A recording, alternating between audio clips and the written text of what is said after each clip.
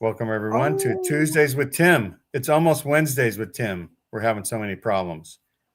But looky out there. we're Look giving at it- all the Yeah, no faces. we're giving it a shot. Hi, everybody. So, Hi, Tim, how many miles did everybody. you drive today? 450 miles? Just come close. I don't know. You guys just disappeared. Oh man, it's just Well, one you're of those still with things. us, Tim. Tim, We you're can still see with you. us. Unless you've passed on and just from the other side, you're podcasting. Because we see you. Go ahead, he's say busy. hi. Welcome to Tim's living room. This morning, Tim was in St. George, and I was in Elko. And Randy was, where were you, Randy, this morning? I was in deep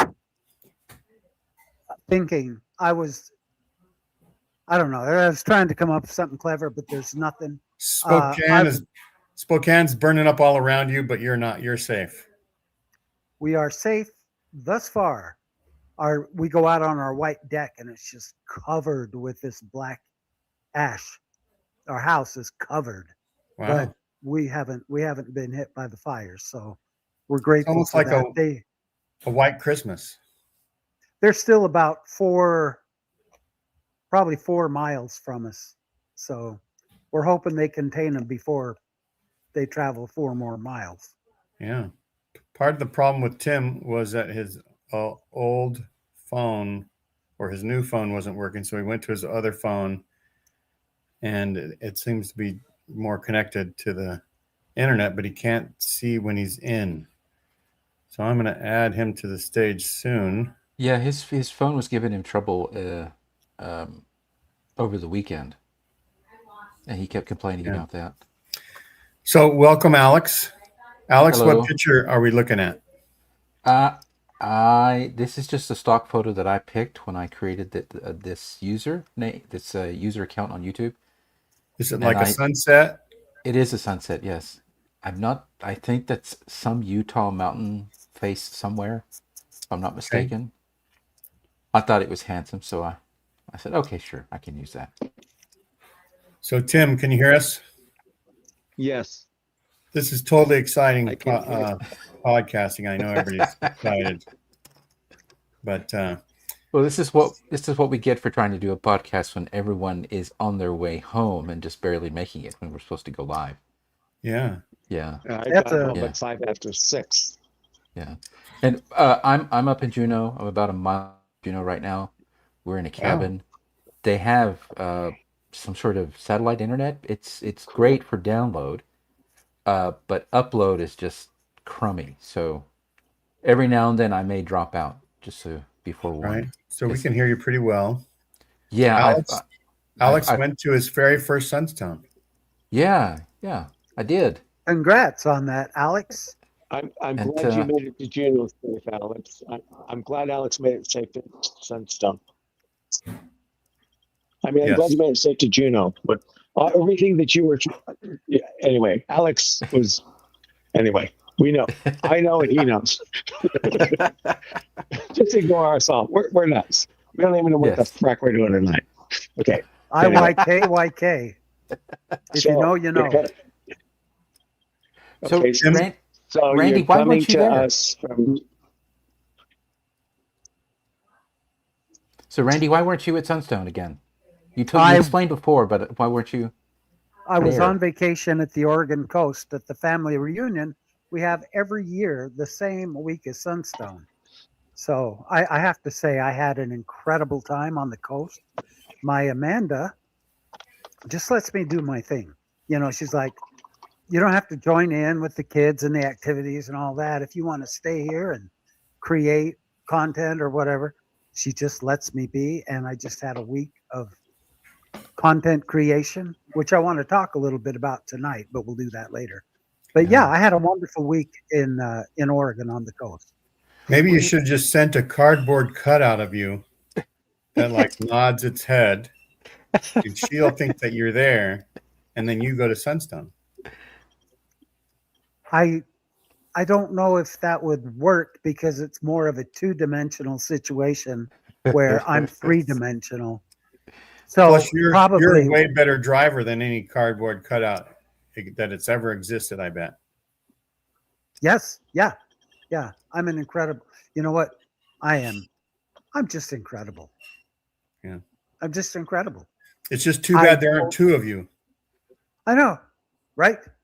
If I could clone myself and go to Right. Sunstone and go to the Oregon coast, only I don't know if I would be just half as effective being, divided in half. But Oh, right. if I could just, you know what I'm saying? Yeah.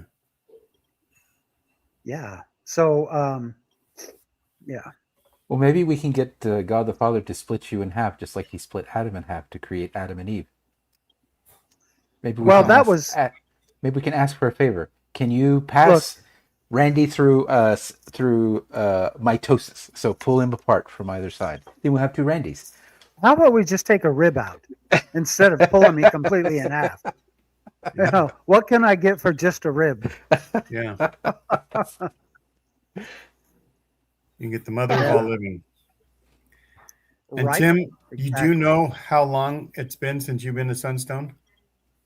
26 years or 27 years. 2000. It was either 99 or 2000 the last time I was. Wow. That is a long time. And it was Yeah. my Yes. 5th year in a row. It's a good thing I can count that high. If you had to count to 11 years, The coming forth of the Book of Mormon, and it's compiling all the bits and pieces of historical data, errata, all sorts of inconsequential details that Mark finds interesting, and that he just adds them to his story, and he's doing it without taking any particular moral or political or historical position. So it's everything, but it's also told in his very distinct art style, which is really cool. I really dig it. So I wanted to meet Mark, and we'd had a conversation about I told him about my hypothesis that the Book of Mormon is telling the story of a secondary world. It's Earth, but some other place in time and imagination. And he really dug that, and we talked about how I would map the great cities and the direction that I would draw north, and so on and so forth. He's really into myth and mythic retellings of existing stories. The second person that I wanted to meet was actually Bryce, and I'm not sure I get his name right. Bryce Blankenagel? That's close enough. Yeah. He's the gentleman who his hypothesis, and he shares it with a few other people, and they've actually written a few papers on this, where the early church was able to gain social cohesion and build a very resilient social infrastructure. That's a community in academic terms. Through the use of psychedelics and psychedelic experiences, which is really cool when you think about it. I'm not certain it's true. That is wild. Yeah, I'm not certain it's true, but it's something. It's one of those rare things in Mormon studies. It's new. Everything in Mormon studies that I've ever been exposed to is at least a few centuries old, just as old as the church.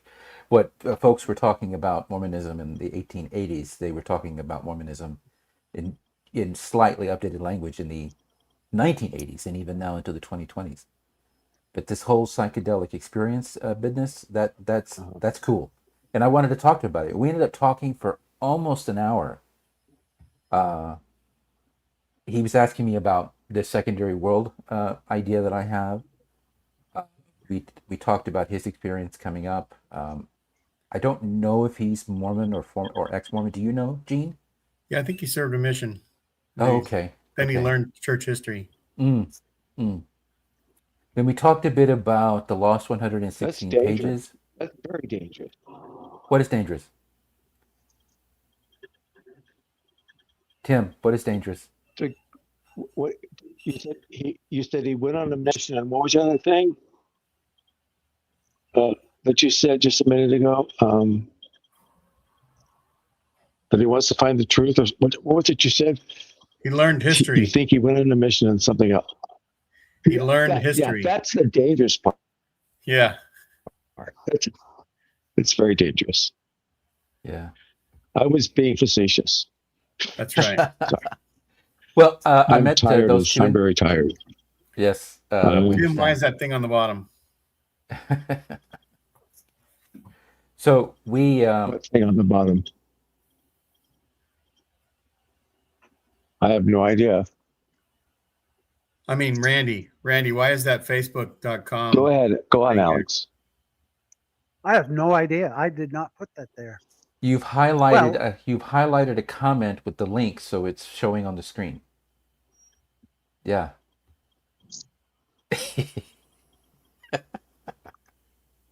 Somehow I did not highlight a comment, but It's saying like and subscribe.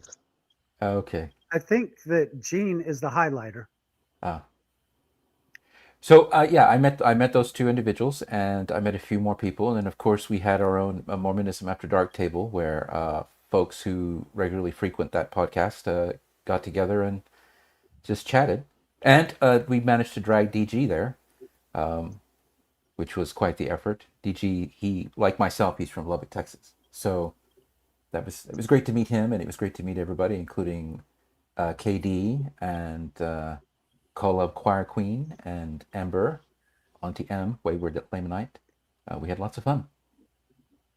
Yeah. So is there anything else you want me to say about Sunstone?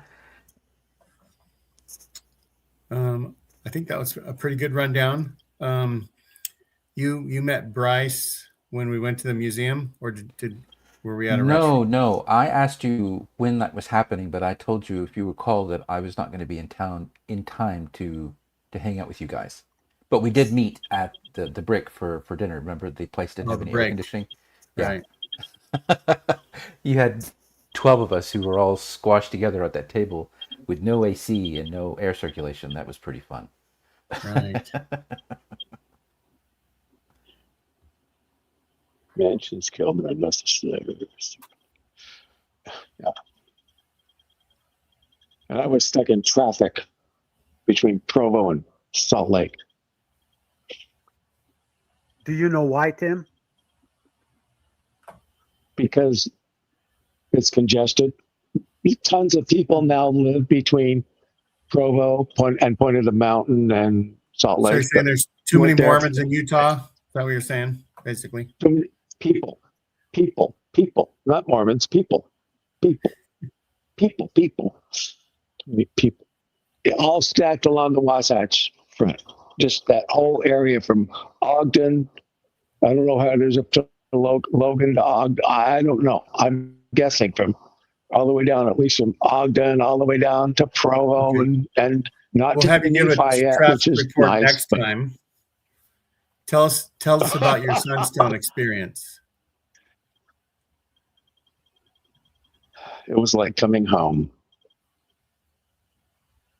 It was Sounds very like good. I am so a good. commercial. Does that mean your mom gave you a spanking? I'm just teasing. My mom Did is she ever gone. spank you? No, I don't know. Maybe one. Okay. So anyway, when you first got there, and what struck your mind about it? Was it the same amount of people as the last time you remember? Were there more people? About the same amount. I'd Okay. say. Because I know that COVID took it down a notch, and then they've been trying to rebuild the in-person. Well, see, I got there and I got to meet Lucille and her daughter and Sarah. I got there right a little after 6. For the opening night. For the opening Sarah night. McCammon Sarah McCammon, yeah. I mean, I drove right there from the freeway. Sarah McCammon, yeah. And then I saw Alex and Bob Reese. I used to babysit Bob. Bob was my home teacher in Westwood Second Ward. And I got to say, Bob, I used to babysit your kids, and you turned around and gave me a great big hug. Just So very that's the nice. thing about Sunstone is that there are people actually older than Tim that go there. That's How is right. that even They're older than possible? me.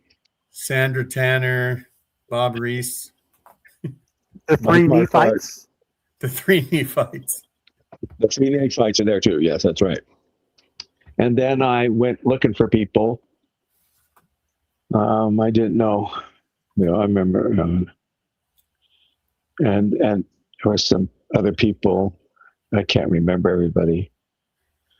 And then we went in to listen to this keynote address, and we learned that Carolyn Pearson had died. We lost our poet laureate. Right.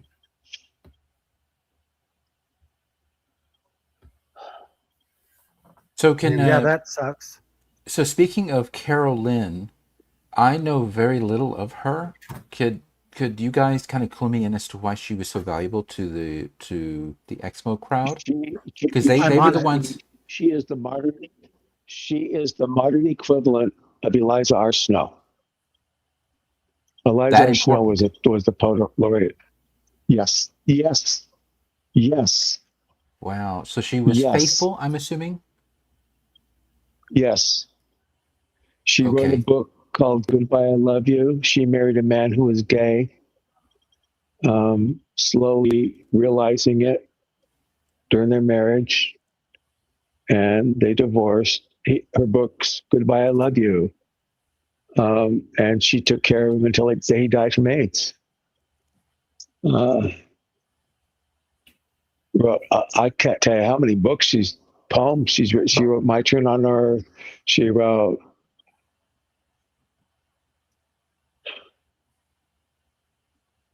I can't. I mean, look. So there were a number of Exmos vehemently, in one of the type that will argue with you. I met a few of those there, and they were the ones who were. I suppose that's why the alternative movement folks were a little upset most of the time because they were constantly being challenged by the really, really hardcore Exmos. But even they were saying beautiful things about Carol the few times that I spoke to folks I didn't already know or had already met. So why was she so valuable to Exmos?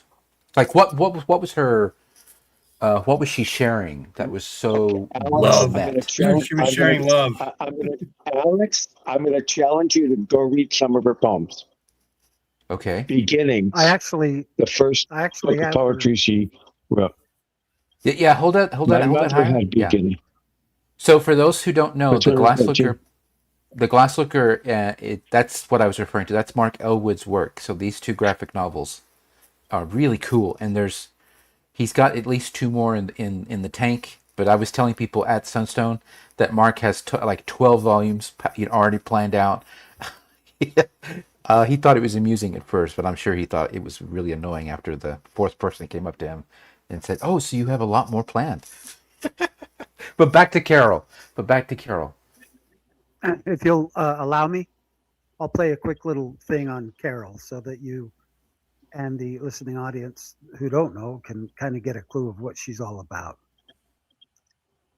If everyone's good with that. Sure. Yes. Everybody is replaying their interviews of her. Everybody can think of. Okay. Where it says, Carol Lynn Pearson, a poet, playwright, memoirist, activist, and devoted member of the Church of Jesus Christ of Latter-day Saints, gave voice to experiences many struggled to articulate: grief, experiences of gay people within the Latter-day Saint tradition, the search for belonging and complexities of faith. For nearly 5 decades, Pearson has been an influential literary voice in the Latter-day Saint tradition.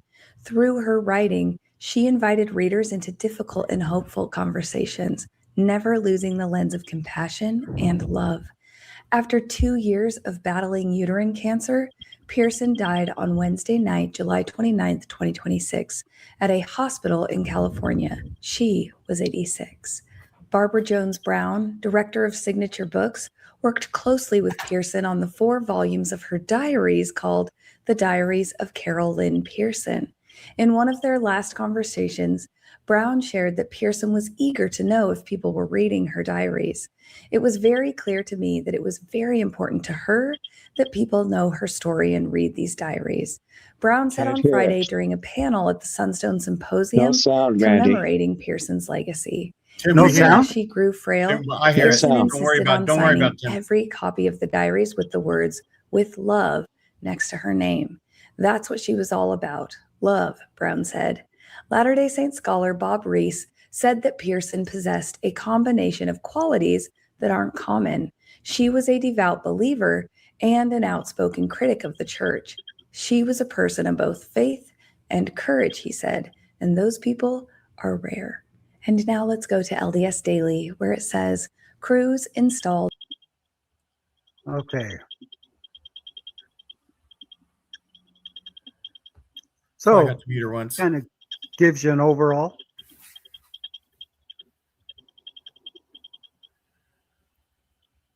There's me and Patrick Mason and Carolyn Pearson.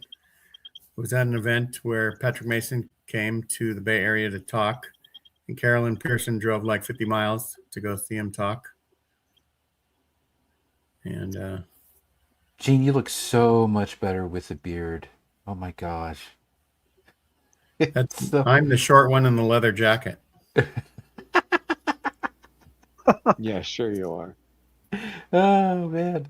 It's because it covers part of his face up, Alex.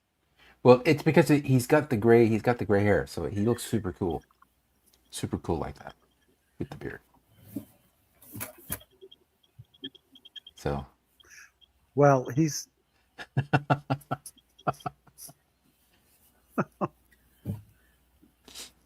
so how did the podcast session go? I didn't get it. I was guiding Dan, yeah, Dan, blind Dan. I was guiding him around, so I didn't have an opportunity to come into what you guys were putting on your panel. I would have led Dan around, but it would have been the blind leading the blind.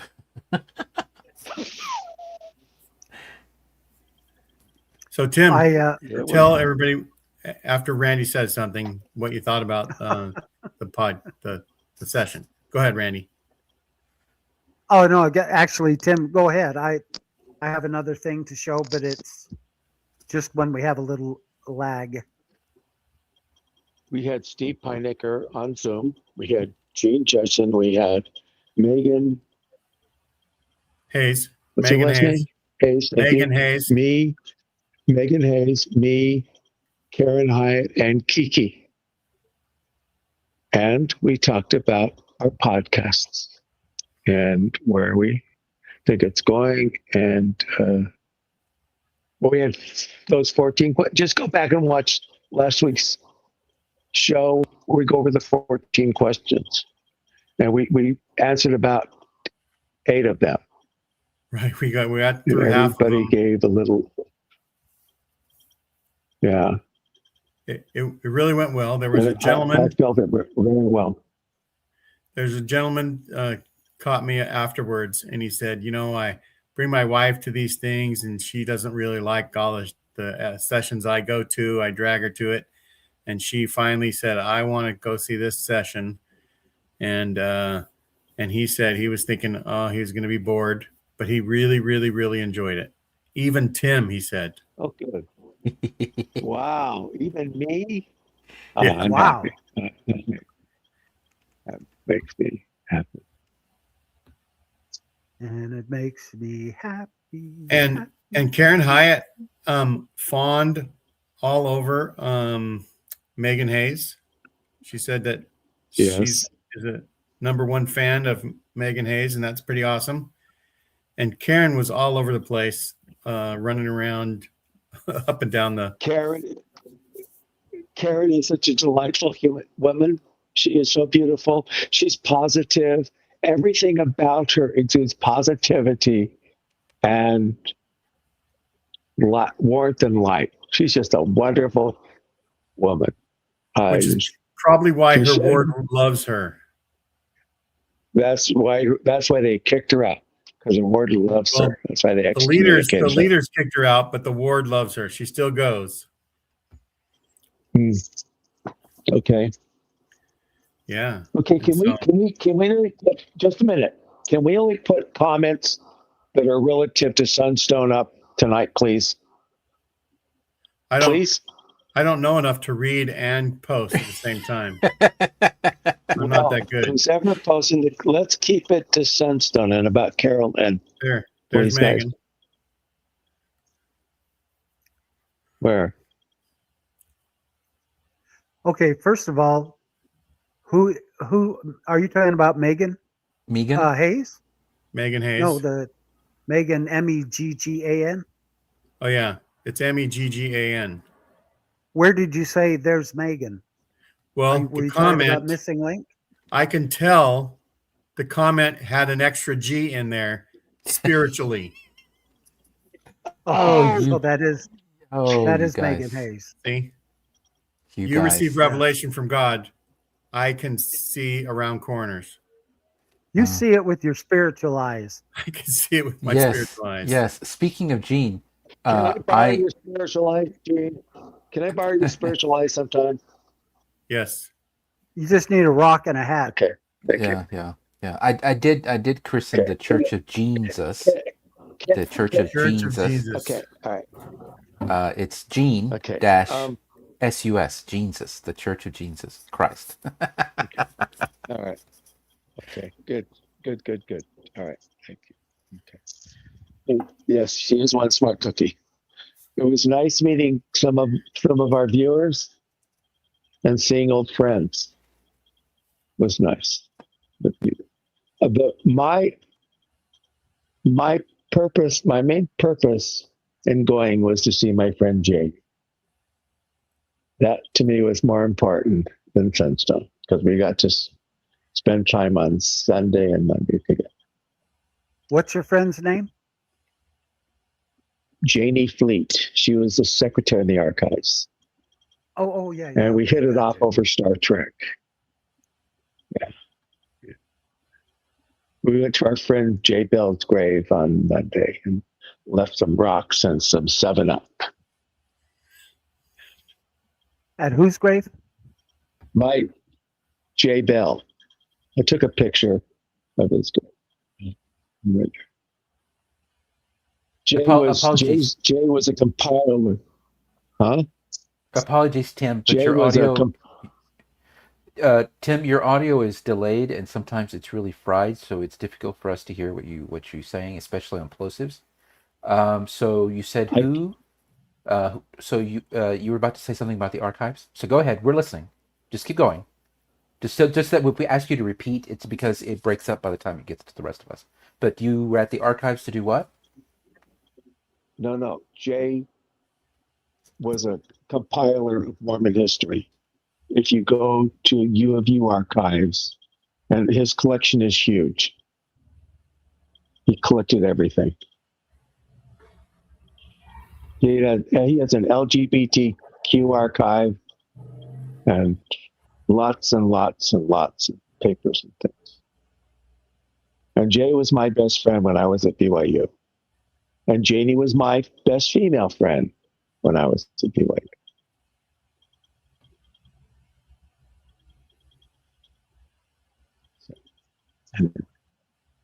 Yeah, Randy, we can't hear you now. Janie, I think there's sunspots, guys. There's a lot going on with the atmosphere. A lot of people having trouble with the internet right now. I think it's the SDMC. Yeah. Could be. Well, I keep going in and out, and I can't do anything about it. Yeah. You need to go to In-N-Out Burger. You know, I do. I'll do it sometime this week, maybe. But anyway. But I had a nice journey up and a nice journey back. So.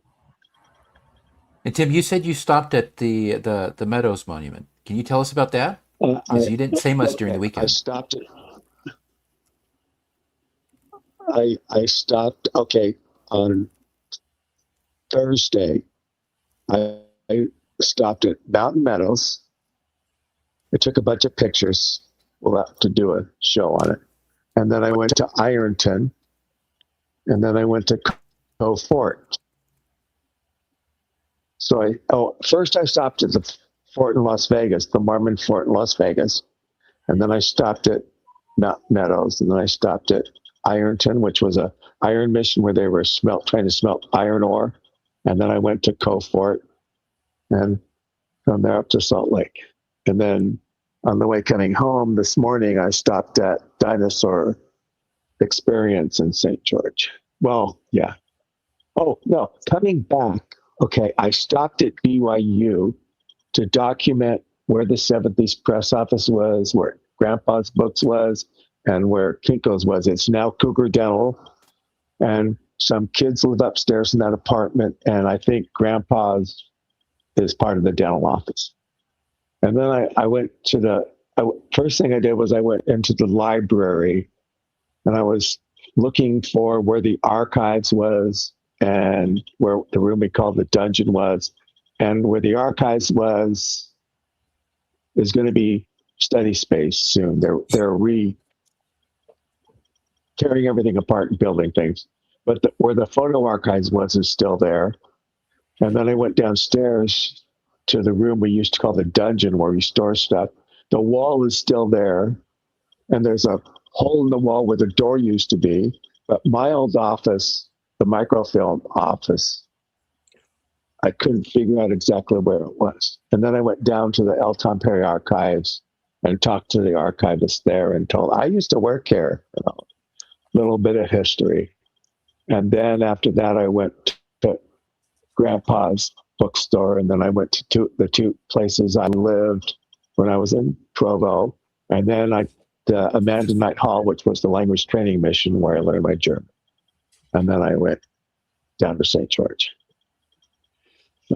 That was my journey. And I stopped at Moon's Books, and I got a Palmyra edition of the Book of Mormon. The Palmyra edition? Yes, this is an exact duplicate of the first Book of Mormon. It looks like it has all the errors and everything. It does? Very cool. Yes. Oh, that's awesome. Yes. And Sunday I went to the Community of Christ service, and they had so many hymnals, were giving their hymnals away. So I got a hymnal. No way. Which is nice.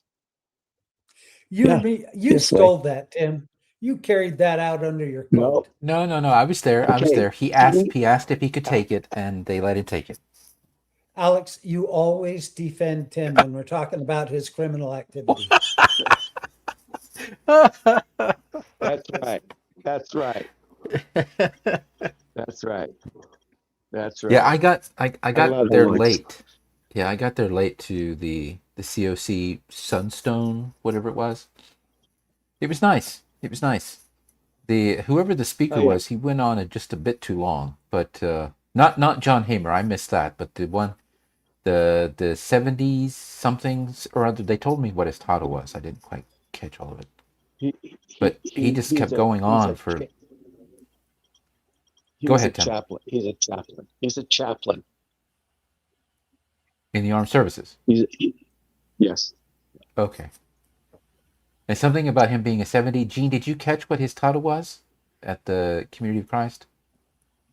No. He has his own podcast and ministry or something. That's all I caught. Now, I've rarely been to. Go, Tim. I apparently raised the roof when we sang "The Spirit of God Like a Fire is Burning." Yeah, you and a few others kept shouting the lyrics that are sung in the LDS church. You mean you weren't the only one? The words are different for their song than. There's That's what only Ganesh three said. words that are different. There's only three words. These are the original words. This is how W.W. Phelps wrote it. It's their version. They didn't change it. Tim sang very, very loud, and about every 10th note he actually hit. Nice. I'm out of, my voice is out of tune. I haven't sung hymns for a long time. Well, the And of John course, Hamer was set in front of me and slightly to the right, and then Ganesh Sherian was to my left, my immediate left, and both of them were singing so loud that I could barely hear anyone, but I could hear people shouting different words. They weren't singing; they were shouting different words from And somewhere. Ganesh has a beautiful voice. Well, He does. It he says does. right in the words. It says in the words, Yes, it "We'll does. sing and we'll shout." Yes. Yeah. So So we They were were singing singing, and and shouting. Tim was shouting. there you go. It's a But group and then- effort. then there was this person behind me. I really can't describe him any other way, but he was trans. I say that because I didn't expect the baritone that came out of him or her. It's unclear. I didn't actually meet them in person. Yes. But I was like, whoa, and then of course, Ganesh with his own tenor, and then Hamer with his baritone. I was like, man, Alex, I hope you assigned someone to sit next to the trans individual and escort them to the restroom and everywhere they go in the building. oh, this was the community of Christ. They didn't give a shit about that. In fact, they made an You announcement. mean the community of Christ is actually a loving community? What? Yes, very It's lovely. not. It's not a legalistic church, meaning that they don't make rules like that to say what's forbidden or what's this or that. They leave a lot up to their members. I'm assuming, based on the variety of opinions that were expressed when we had lunch. Right. Nobody there had the same church approved things to say about anything. They all had their own. They had freedom of thought. That's what they had. That's right. And I wore a tie-dye shirt and shorts and sandals. Wow. I had sandals on too, and shirts. And me and Alex were the only two of us who could kneel for the sacrament. Ah, Ganesh couldn't right, get. Alex? Yeah, Ganesh couldn't get. Down. No, and then of course Gene, he's all kinds of twisted already, so he couldn't quite make it. What? You guys had to kneel to take the sacrament? To do the prayer. Yeah. They said kneel if you can, and I tried, and some sort of cramp. It's not the too knee dissimilar from kneeling and in Ganesh. Catholic Church, because there are portions when you kneel, especially when you're praying before taking the Eucharist. In fact, you stand from kneeling, you stand to walk up to the priest to receive the Eucharist, and then come back, and you go back to kneeling. So it's a kind of penitent thing. So they And- do that whole "my father plays dominoes better than your father." Oh my God, Randy! Come on, man. But the Catholic Church has done that for a long time, so I think it's probably one of the many innovations that the Church of Christ. And a woman led the meeting, and then Mhm. another woman They said used the to kneel sacrament prayer. all- Another woman passed. Mm-hmm. They kneeled in the Utah church during the sacrament. In fact, and when they blessed it, they would raise their arms up like this. Which Utah I church, used to Tim? be a great kneeler, and then in my old The age, Brighamites branch. The Oh, okay. Brighamite branch. yeah, they used to do a lot of things.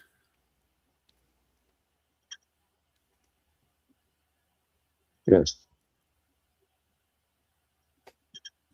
So, speaking of singing, speaking Well, of music, if you go to that family meeting every year, Randy, I think you could skip next year and just go to Sunstone. What do you think?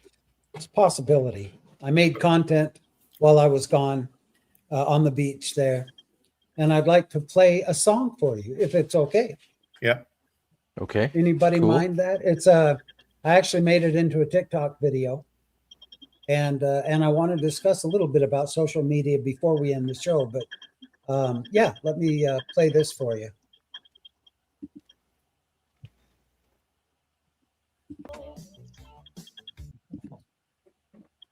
I love that song. I couldn't hear it at all. Did you make it? No.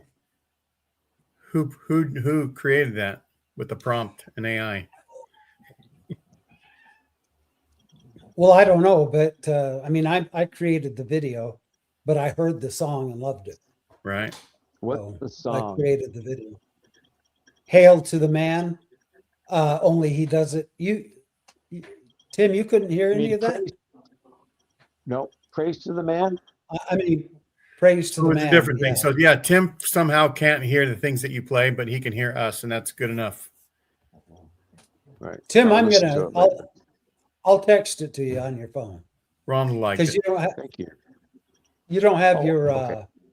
your Facebook back Chuck up yet, do liked you, it. Tim? Not till the end of August, if at all. That's right. So about that Sunstone, guys. Yes. No, it's not. There was a little girl whose name I didn't catch. She was very sweet. She was wandering around with her mother and grandmother. She kept saying That's Sarah Sunstone. Steele. Sarah. Sarah, she kept saying Sunstone. She That's- couldn't, and people yes. say, no, it's Sunstone. She's like, yeah, Sunstone. I miss Sunstone. Thank you. It's beautiful. She gave me Yeah. a hug. Sarah's grandmother is a fan of the show, and met us, Yes. Okay. and it was fun. About 15 people said that they listened to my show, so that's more than the views I get, but that's okay. That was unexpected for especially for me, given that I'm a relatively private person. But and I join podcasts like yours and Mormonism After Dark, and I forget, and I forget that I'm speaking with people that I believe to be my friends, but there are other people that are listening. Right. And I forget that there's other people out there who are listening, and they repeat words that I say back to me. That's a very strange experience. So were quoted at Sunstone. Back to yourself. There was one person who repeated a quote that I had made about or repeated a thing as a quote. They quoted me about what I said weeks and weeks and weeks ago on Mad about how ex-Mormons going on and on and on about the fraudulent behavior of the church. It doesn't really work on deconverting or deprogramming true believing Mormons. And this person didn't agree with that, and she came up to me and she was very, very firm. But she said word for word, I believe, what I had said on screen, and that was a new experience. I was more surprised that she repeated what I said versus her position. And she asked me if I believed even now that it doesn't work. And I said, the people that are receptive to this kind of information are already on their way out. And what they're looking for is community. So that doesn't mean that you stop talking about bad dudes in charge of groups doing bad things. Another one repeated what I had said about Tolkien, of a character by the name of Celebrimbor. And I said that his father was Feanor, which I did consciously because I didn't want to get into the whole genealogy of a fantasy world, especially with RFM, leading the chat. So I just said father to make it simple to understand, but he was like, no, that's not correct. Feanor is Celebrimbor's grandfather. And that was just a strange experience. Yeah. No, bet it was. So yeah, smart people go to Sunstone. Very smart people go to. Karen High went to Sunstone. Yep, and That shows you how opinionated. smart people go. Yeah, opinionated people go. I think what surprised me was the venue. I was honestly expecting an event like this to be held at a hotel, not inside of a student union building. And I also didn't expect that there would be students walking through the facility. including some very, very strongly opinioned, true believing Mormons, attending U of U during the summer session and walking right through down what I called the promenade, which is the long hallway where all the vendors were set up, and going toe to toe with those alternate believers with their own books and their own revelations and their own golden plates, and that was weird to me. I was like, whoa, because normally these kinds of symposia or stroke conventions stroke conferences are held in hotels or a convention Convention center. center, right? Yeah, they're residential events, meaning that there's hotel rooms nearby or above where the event is being held, and there's a certain amount of security because you don't have people off the street coming through. It's a ticketed event, therefore it's only the people who pay for tickets that can get in. Go, Tim. It used to be at the Hotel Utah every year. MHA and Sunstone would be at the Hotel Utah. Some MHA was at BYU also, but we had it at Hotel Utah, and we had Sunstone at Hotel Utah. All the times it was at BYU, Sunstone was at the Hotel Utah. And then in the 90s, late 80s and 90s, they moved it to a hotel downtown. And I don't know how long they've been in the student union, but from what Janie said, it's ruined the whole effect because, but same thing that you said, when it's in a hotel, you can control it. And according to her, Lindsay Hansen Park has ruined a lot of it. I mean, look at next year's program. UFOs and stuff is just weird. I mean, Like, because Kolob isn't weird. yeah. I mean, but So anyway, so let's look at the display at the bottom. Jeb Brown, nice to see you, Jeb. Jeb was at the Community of Christ. He said he's been attending for about a year. He says that Seth is also the director of the Kirkland Temple. No, was the director. Okay, was. The church bought it. I wanted to talk to him about that. I forgot. Yeah. Gene, can you describe Jeb for us, so that everybody knows who he is? Because he was a really cool dude. Jeb is like Gandalf from the South. Yes. Exactly. Exactly. No Southern family would name their child Gandalf. They'd settle for Merlin, if you please. That's right. Okay, Merlin from the South then. Well, didn't Jeb you is speak to him? fascinating. Yes. Didn't you speak to him about what his plans were? If I'm not mistaken. Probably, but I'm still using my brain. I haven't upgraded yet, and I can't remember everything that happened. Okay, so what I recall is that Jeb Brown, Dr. Jeb, he worked. He was in the early '80s. He was working on child sex response to the church's response to child sex abuse in the early '80s. Yeah. All I And he remember is was- he drove race cars at some point. Well, because you opened his Facebook page, yeah. Dr. Brown, we're talking about you. Apologies. He was telling us about how the work he was doing was having a positive effect, but it seems to have, 2 steps forward, 1 step back kind of thing, where it comes in waves, where the church is cooperative on child sex abuse, and then it gets really stupid and mad on the issue, and then eventually there's a change of administration, obviously, and there's improvements, and then that church leader dies, and then the whole thing, everyone pulls back. Yeah.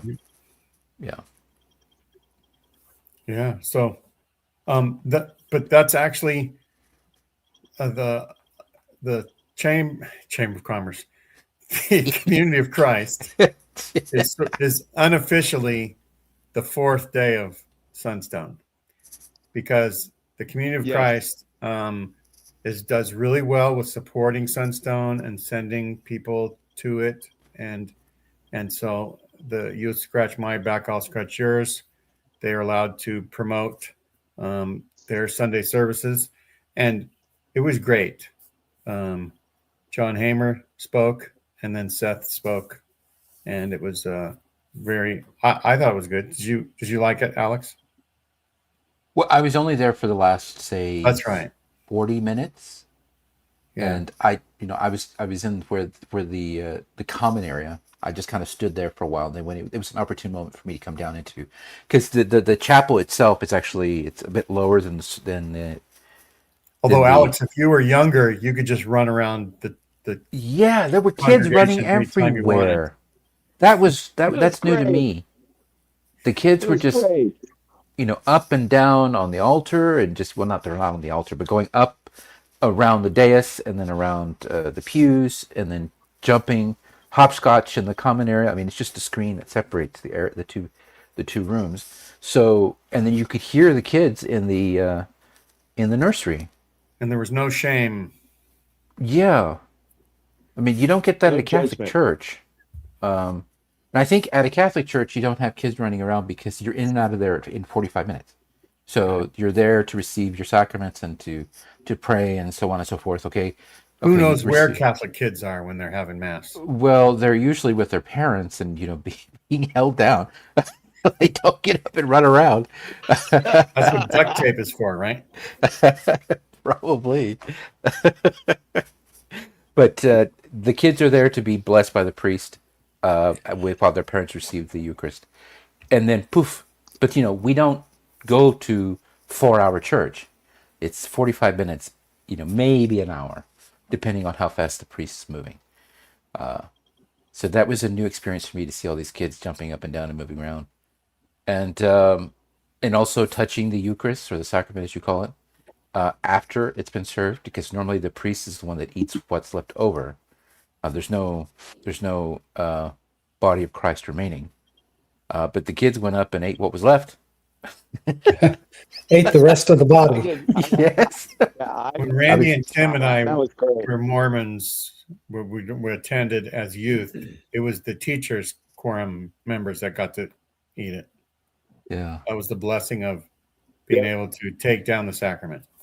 So, Gene, did you Yeah. go to any panels other than what you guys hosted? Did you have a favorite that you went to? So I went to Ganesh talking about the Book of Mormon, and I went to Dr. John Lundwell talking about the Book of Mormon. They each had their own way of describing how Joseph Smith inserted himself into the text, and they were fascinating. Well, inserting himself into the text. Okay, so I went to the panel of the stylometry and the word analysis. I'm sure, I forget the guy's name. He's been on Mormonish a few times. And he has come to the conclusion, based on his analysis of the analyses, meta-analysis they call it, that there are 3 voices or 3 composers within the Book of Mormon. So you have what he assumes to be the narrative writer. He names him outright as Solomon Spaulding. I don't know if that's entirely true. And then you have the sermonic contributor, which is definitely Sidney Rigdon. And even I agree with that. And then there's a late voice. And the late voice is Joseph Smith. Which is interesting that you say that Lundwall and Cherion, insist that there is some contribution from Joey.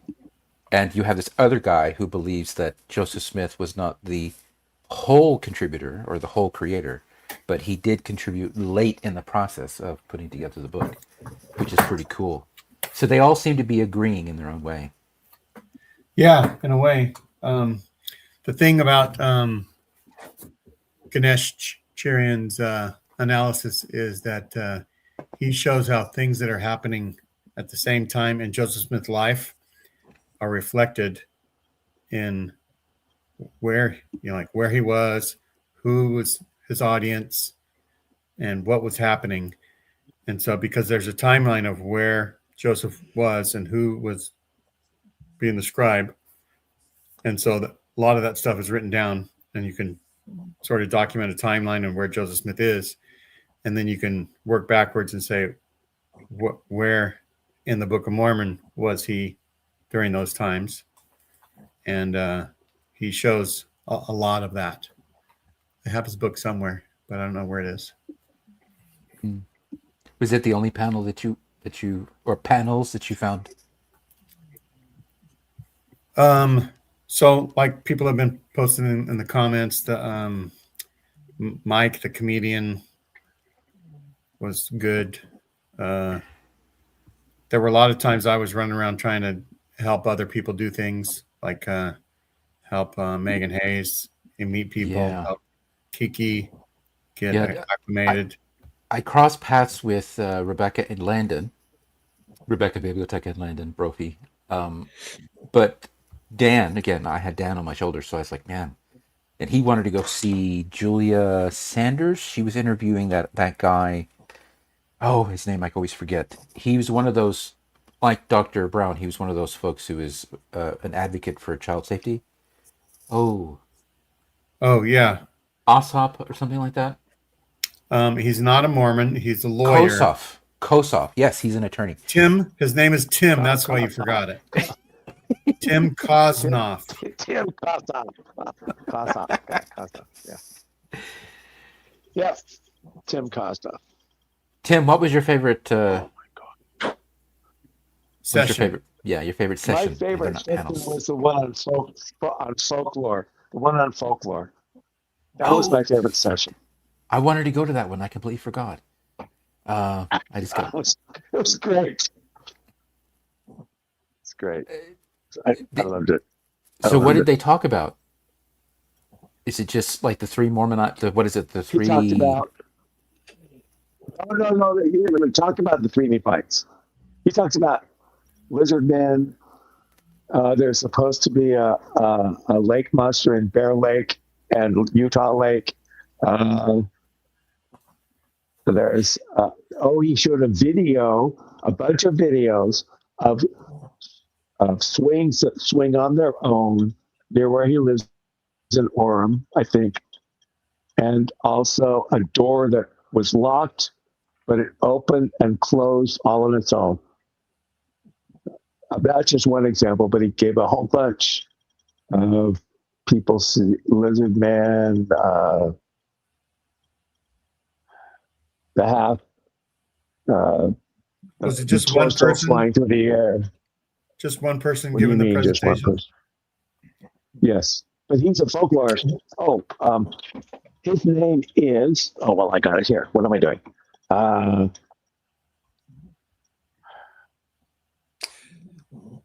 Gene, do you know the name of the presentation? Of the folklore one? Yeah. I don't. I will find it. Just a minute, guys. I was there.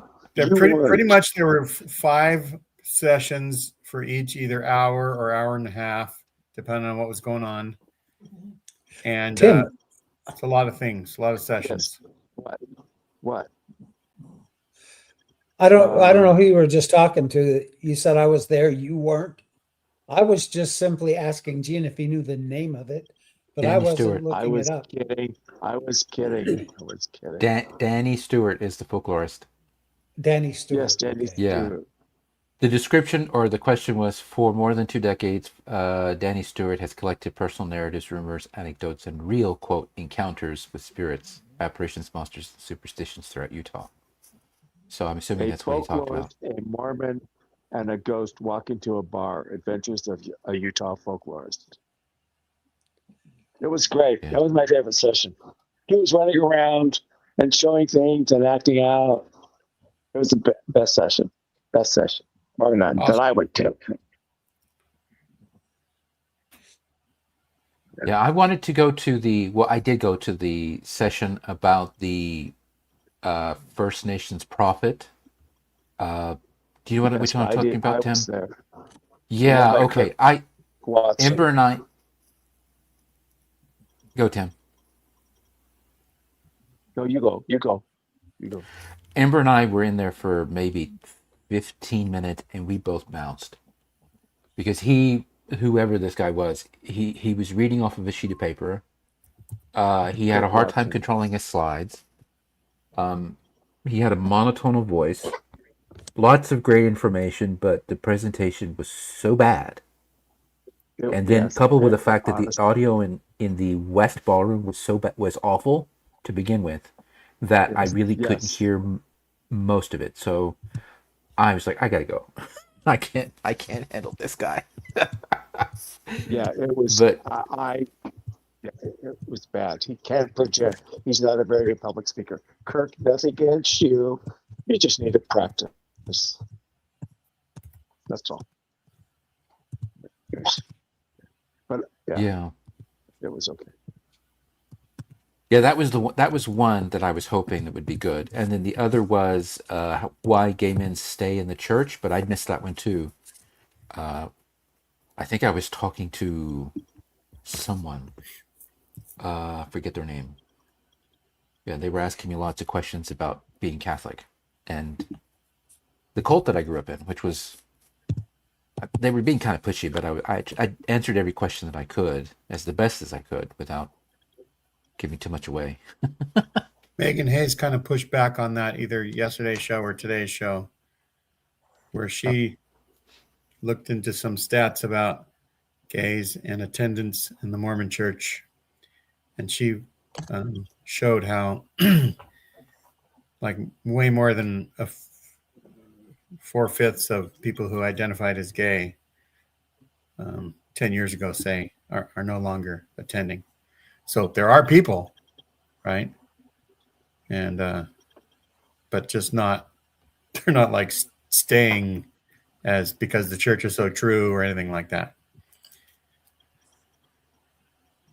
Oh, and another one that I was hoping would be really good and had to have some really cool things to say was uh, it was the tale of Mormon Fellowship and those who leave who stay, or something like that.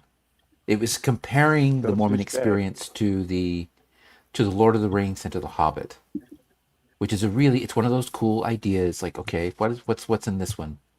But like so many presentations at Sunstone, it was just some dude reading off of a piece of paper. Because when scholars do a paper, they a lot of time read their paper. But this guy was just reading quotes from the book. And I from both the Hobbit and from the Lord of the Rings, and I have those books practically memorized. He didn't read anything out of context. Everything that was on the page in Tolkien's words applied mostly to his assumptions concerning the Mormon experience. But holy shit, was it boring! Unbelievably boring. 3 quotes, all read without redaction, and then a 10-word summary of the Mormon experience at the bottom of the slide. And the full quotes were on the slide as well. So after about 30 minutes of that, I left. I just could not take it anymore. And I was hoping it would be cool, because that's a really interesting idea. You take the works of Tolkien, which were innovative and they still are rather innovative and groundbreaking in their own right today, and how does that, and equating that to a Mormon experience. There's a lot of interesting parallels that can be made by a scholar of adequate skill and a presenter of adequate skill, but this gentleman was neither, which is unfortunate.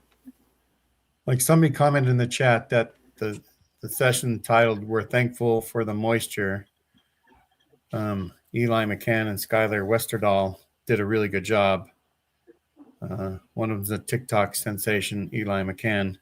Was that about the water conservation, I think? Says, unless you've been living on a rock. Go ahead, Tim. That was Bob Reese and some others. It was Saturday around, let me see, sometime that day.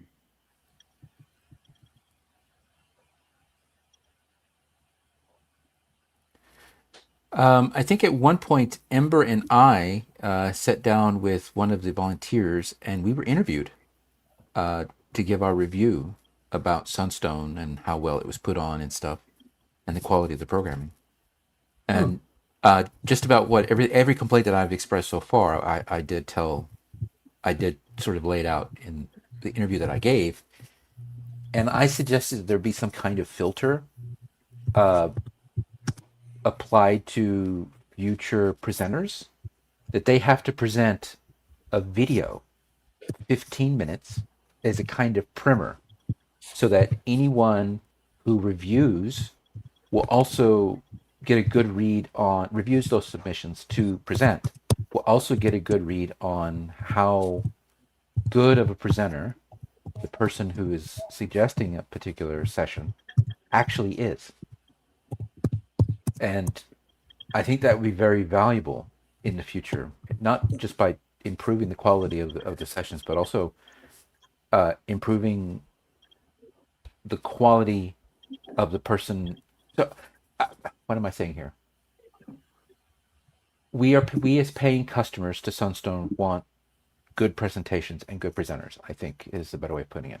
And there has to be some kind of test to prove that the person who is going to present for 45 minutes can actually do it.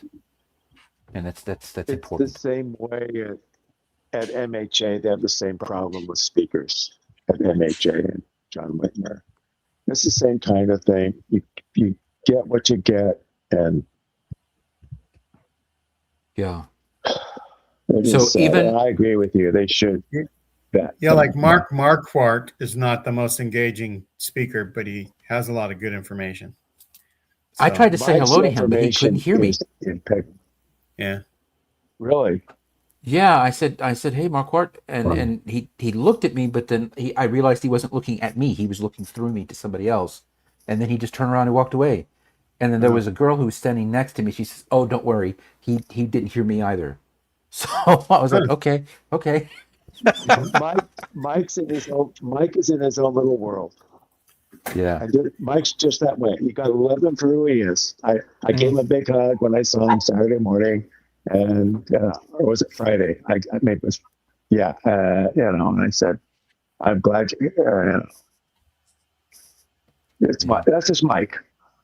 So also, just one other show I remember now, because I'm looking at the agenda. Colby Reddish. Yes. Presentation. Yes. Could Joseph write a well-worded letter? Now, Colby is a good speaker. Mm-hmm. He had lots of slides, and he did his best to prove his argument, and I believe he did a good job. And if you recall, I got really mean I was really mean with my question, and people told me that I was really mean to people the way I asked my question. What did you think of that?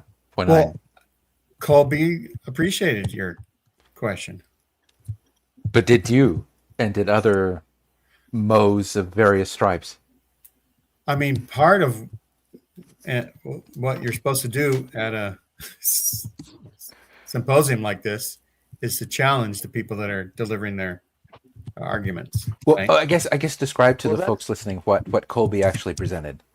So Colby presented a bunch of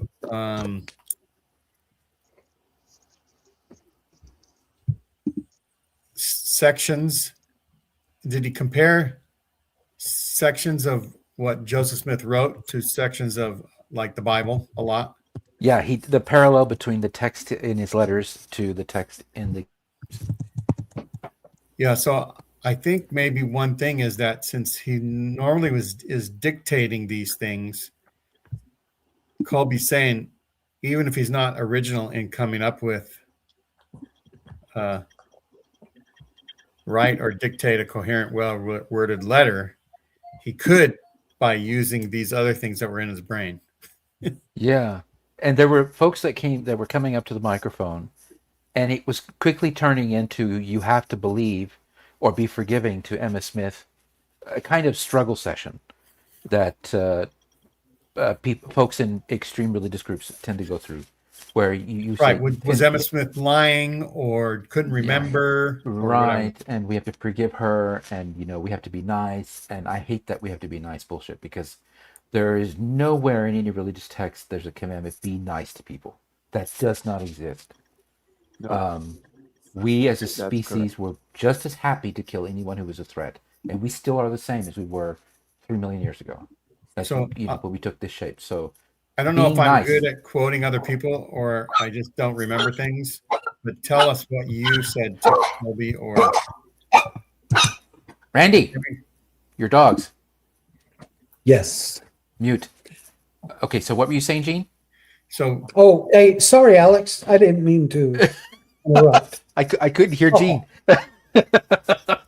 so I say couldn't hear what Gene. your question was to Oh, Colby. oh, right. I I was getting really frustrated because it was turning into a struggle session. All these true believers and all of these, whether they were Brighamites or they were Prairie Mormons, they were walking up to the microphone and they were starting to get really pushy with Colby. So I knew we would have to cut it short soon because of time. So I said, I have a question without going up to the microphone or standing in line because I wasn't going to do that shit. I said it, had to say it twice because I didn't say it to the microphone. That little weasel that was running around with the mic. Bless him. Um, I said, I am not interested in Joseph Smith's pontificate. He is right as a bridge builder. And nor do I have any interest in Joseph Smith's episcopacy, his work as a bishop, an overseer. And then I may have said something about him being a prophet, to bring about or to speak good news, gospel, or the opposite, which is ill news, laugh spell, which is he did that in equal volume, just as Brigham Young did or had. And I said, what I'm interested in is Joseph Smith's ability to engage in this kind of aggregation that we saw on screen. And what was it that allowed him or gave him the ability to do such a thing? Was it that he had an eidetic memory, or maybe it was an autobiographical memory? If either of those things truly exist, what was it that allowed him to do this? Because he's always been described as being able to riff. And I know some folks try to say that it's talking on heads, which is Like basically using an outline. he can speak Bible, somebody said. He was really Yeah. good at speaking Bible. And he could go on and on and on and on. He was probably very autistic in that way. But I was waiting for Colby to kind of fill in the blank that I was leaving for him. And he nailed it. He said, and he boiled it down to Joseph Smith existed during a period when learning to read meant learning to read the King James. Right. And that was exactly what I wanted him to say. And I was like, yes, I was really excited because that's it.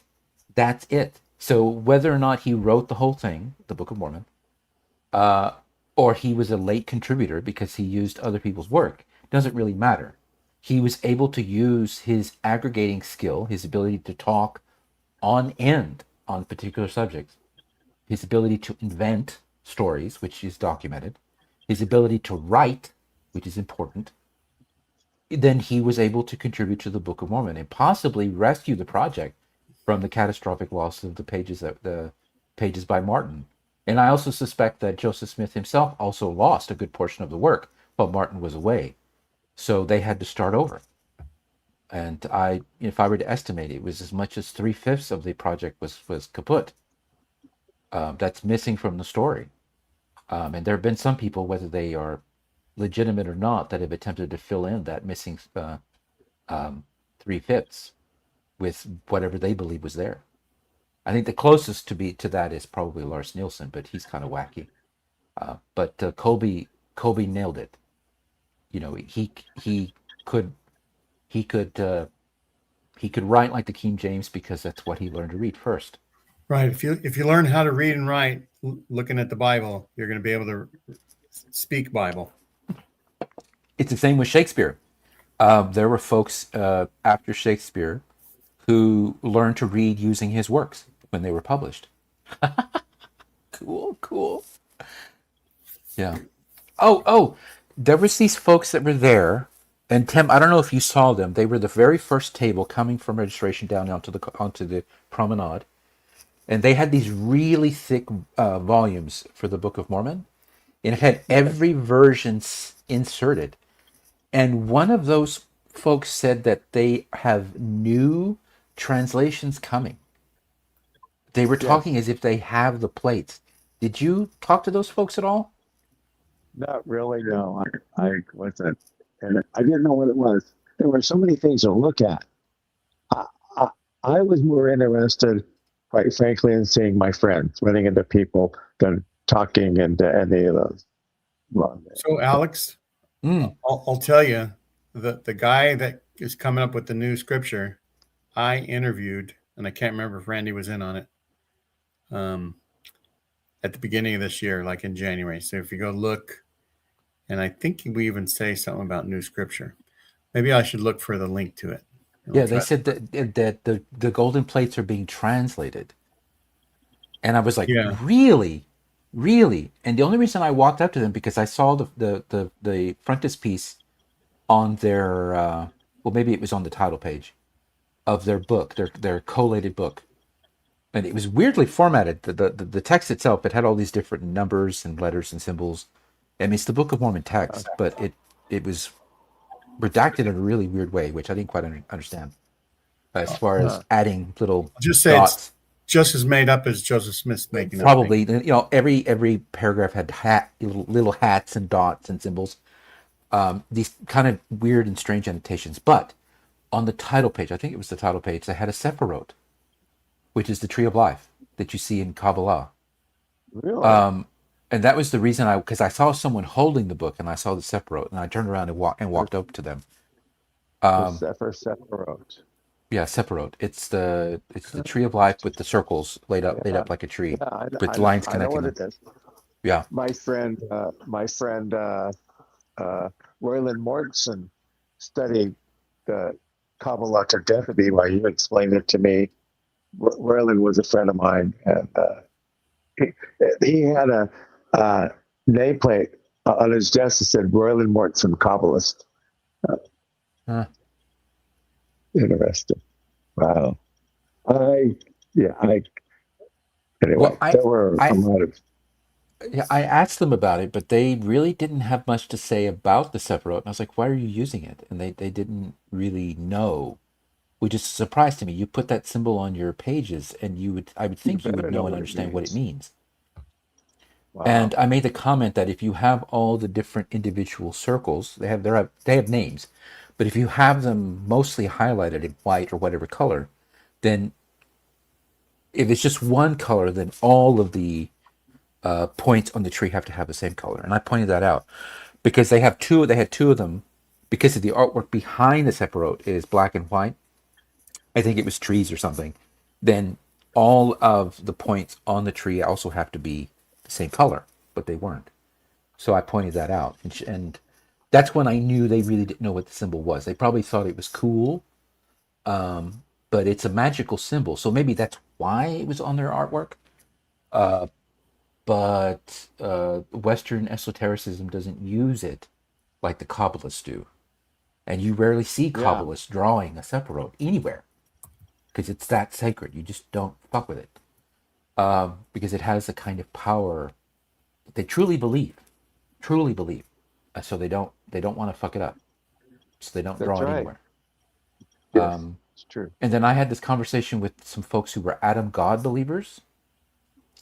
I knew that there would be some people who would go. Tim, were they at a table, or were they just people you talked to? They had a table. They were one of the several groups there. I don't know which group it was, but one of them walked around with a bowl of cookies, and just offering them to people.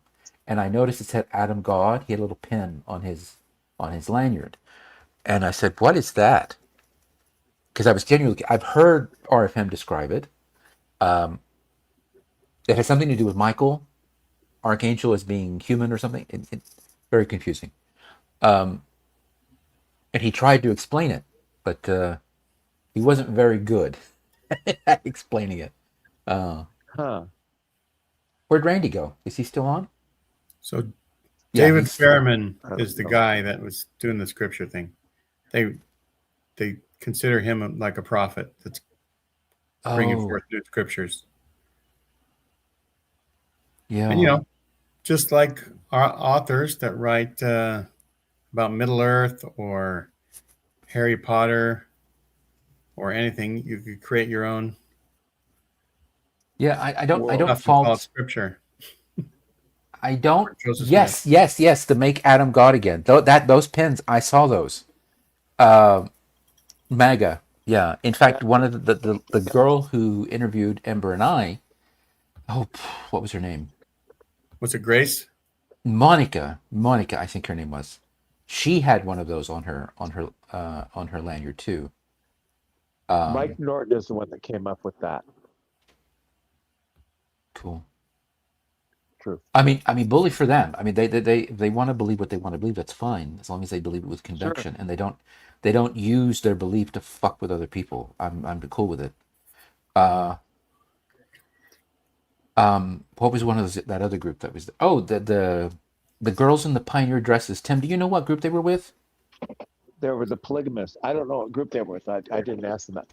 There's one that's in Nevada. No, they're in Bunkerville. No, not Bunker. They're down in Colorado City.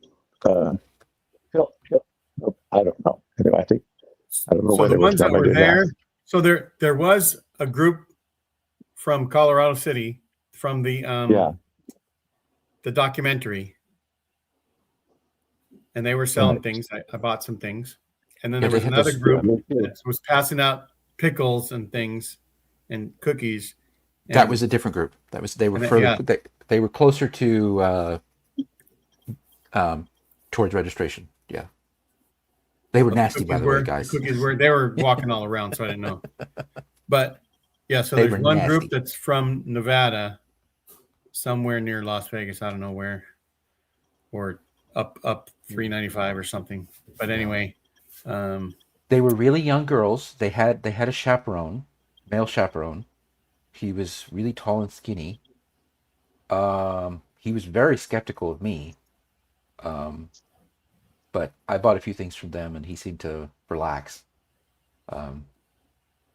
It's that kind of polite disregard that I described to you, Tim, where you see people and they look away, or they try to treat you with complete disregard, which I now know is the Mormon form of racism. And I'm sorry, Alex, if I treated you that way. No. You're Jesus. You're Jesus. You're your own prophet, Jesus. You can treat me however you want. Yeah, I was surprised to see them there, and they were braiding. They would, if you paid them like $5 or $6, they would braid your hair. So there were a lot of girls that were lining up to have their hair braided in the pioneer style, which was kind of cool when you think about it. That is really cool. Let's see, John Hamer was there. He had his table with the Community of Christ. They had a few people there that were waving the pride flag. I'm trying to think who else. The Mormon Tarot guy, Josh Baird, I think his name was. He was selling his nonstop. He was selling copies of his tarot and copies of his book, which is really cool.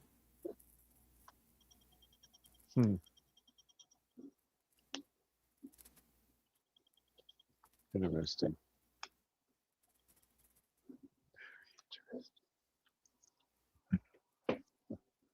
So we've lost our host, Tim. You have anything you want to contribute? Oh, heck yeah. Why not? Now let me go to the program. I had it up, now I lost it again.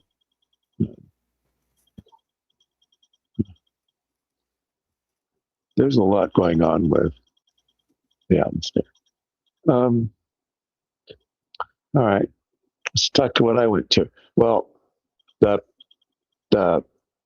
keynote speaker was Sarah McCammon. She works for NPR, and she talked about the similarities between Mormons, Catholics, and evangelicals. And she did mention some Jewish, but not much. And Mormons tend to be more like Catholics than evangelicals in their political beliefs, which I found fascinating. Really? How? Yes. How? They both. The more conservative part, they're more like they're anti-abortion, Okay. and their family beliefs, strong families, Okay. and Because Catholics also tend to vote center left more often than not because of Catholic social teaching. But that's probably the only difference. But huh. yeah. But that's what Mormons, she thinks. yeah, Mormons in my experience, Mormons tend to be more collectivist, or at least welcoming to collectivism. Well, see, that's the thing. Okay. The ward I grew up in, Westwood Second Ward, was mostly Democrats. Westwood Second Ward was below Santa Monica Boulevard. Westwood Ward had the LA Temple in it, and they were from Bel Air, and we had part of Beverly Hills too, but they were Bel Air, Beverly Hills, Brentwood, Westwood area, the really ritzy area. They were conservative and they're Republican. The people who were in my ward growing up were mostly Democrats and liberals. Brett Ashworth was the one who sued the government over the oil wells off of Santa Barbara. I mean, I really admired the guy. We had a lot of lawyers in my, Bob Reich is in my ward. You know, I thought all Mormons were Democrats because my parents were Roosevelt Democrats. And but you also have to understand that that was a center right position back then. It's now a center left position. So left position. Yeah, it's moved on the spectrum. I think it's because both the extreme right and extreme left have grown. But it's interesting that she would assert that Mormons and Catholics are far closer politically. Well, I suppose that makes sense because the Catholic Church has effectively made peace with the Mormon Church because the Mormon Church can be trusted to align with the Catholic Church on partisan issues almost all the time. Yes. Yeah. Well, there was a Catholic church right next door to the chapel in LA, and I used to go over there and talk to the priests occasionally about things growing up. Well, our Sunday school teacher took us over there to talk to them. John Crane was my Sunday. We talked to them about being a priest and what it was like. It was fascinating, you know. I mean, we were open to discussing and talking to each other. It was a beautiful experience. And I would go to Mass with my friends. Sometimes I go to Mormon church and then I go to Mass with my friends next door. And then I go to Redeemer Baptist with my friend Mark and Temple with the Kramers, you know, Jonathan and I can't remember. So it's just fascinating. Okay. Saturday morning, I went to Proof is in the Deeds, went not with property records, actually revealed about the Holy Mormon polygamy, and she showed the errors that Bill Real made in his presentation.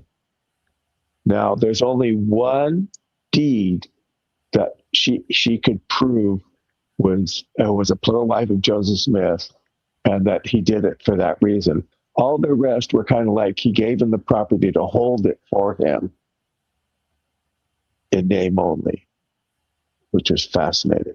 So, and this was for Nauvoo? For Nauvoo. Yeah. Okay, so looking at Nauvoo and Satellite, all the blocks are empty. Is there a reason for that? I thought it would, being an older town, it'd be full of structures. They were destroyed. But you have these. When they left Nauvoo,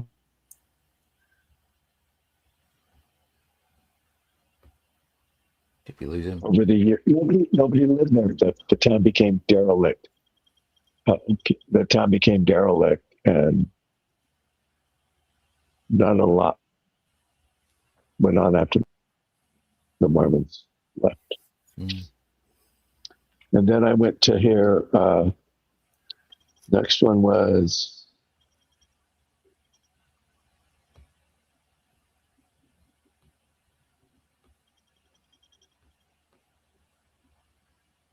the work Ernest Wilkinson Spy Ring that Gary Bergera gave. And if it weren't for me and Janie getting out Wilkinson's diary and giving it to Ron and Gary, he couldn't have written the paper. He didn't. Okay. but he didn't acknowledge do you that. want But I was credit, in the Tim? second row. Do you want I credit, sure Tim? Is that do. what you're saying? That's Janie and I. Janie deserves more credit than I do. That's correct. Yes, I want credit. It was good. It was the 1966 fire, and I know all about it. They did an article in Sympathy's Press years ago about it, and it was just a rehash of that. I knew most of what he was talking about. I'd been there before, but I wanted to see if he had anything new to say, and he really didn't. But that's scary. Just like Tim wants credit for that and paper. then I went to I want credit for everybody that was glad that which paper? Megan showed up. That Megan Hayes showed up, which is because of Tim did the work and I invited Megan I don't. for us to do a presentation. I'm just happy we pulled it off. Okay. Yep. And then Friday afternoon, the folklore sky, which was the best as far as I'm concerned. And I'm going to send in some stories we talked about. And then the Indian prophet, which was poor. The guy just couldn't project. It was really sad. But So I suffered through it. I listened okay, to Tim. it. So Tim, tell me about that. What was his conclusion? Did he? I mean, Well,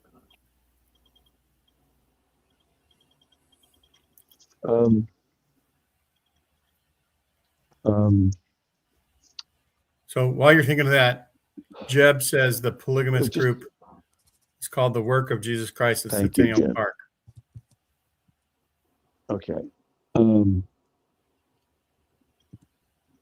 There's always been this story about an Indian prophet or another prophet coming forward. In the Book of Mormon, it talks about a prophet coming forward from the Native Randy, you have to American. send me the Excuse new me, thing. the First Nation, and it's been a part of Mormonism from the very beginning, and he just went through the history of it and all the different. It's not the one mighty and strong. This is a different prophet.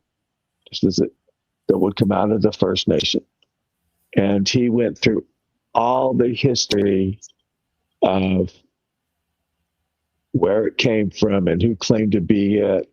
I mean, there were even white men that claimed to be the Indian prophet. there's a lot of white men who claim to be Indian. Yeah, true. So, did he bring it? Did he even? I'm not sure he was even able to, but did he talk about Midiga and his attempt to insist that he is the prophet? That's how he ended. That was his ending. That was where he stopped. And did he conclude anything when he stopped?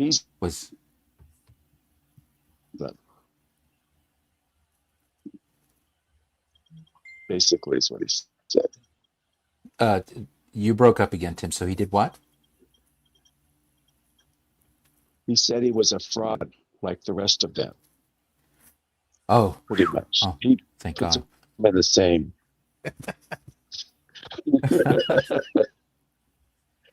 I mean, you have Francis Starter, you have a Barlow, you have Lynn Bishop, and I thank God for Ernest Strack, who told me about all these things when I go talk to Ernest, because Ernest knew a hell of a lot about these things, and I mean, yeah, it was just good. It was just good. Yeah, and then after that, I went to.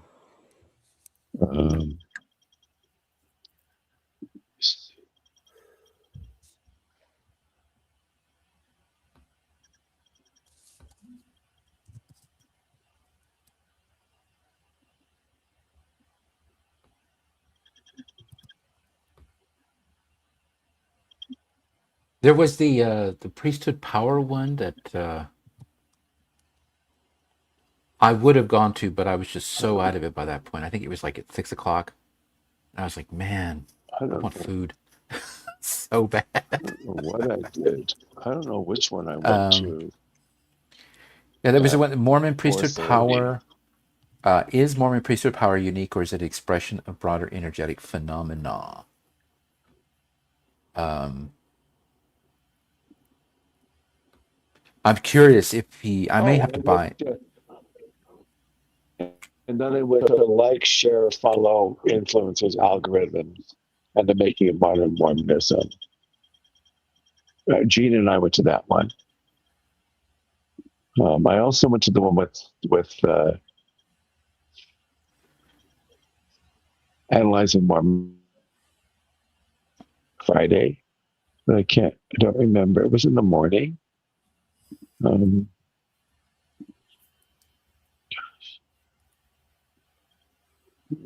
So, Gene, what was the influencer Unfollowing the prophet? Unfollowing the prophet. Mormons Faith Deconstruction online and out loud, where 4 people were there, and Ryan Josiah, Hillary Johnson, Jolie Sanders, and Anne Maria. That was good. That was fun to listen to. So, Gene, what was the one about the influencers that you went to?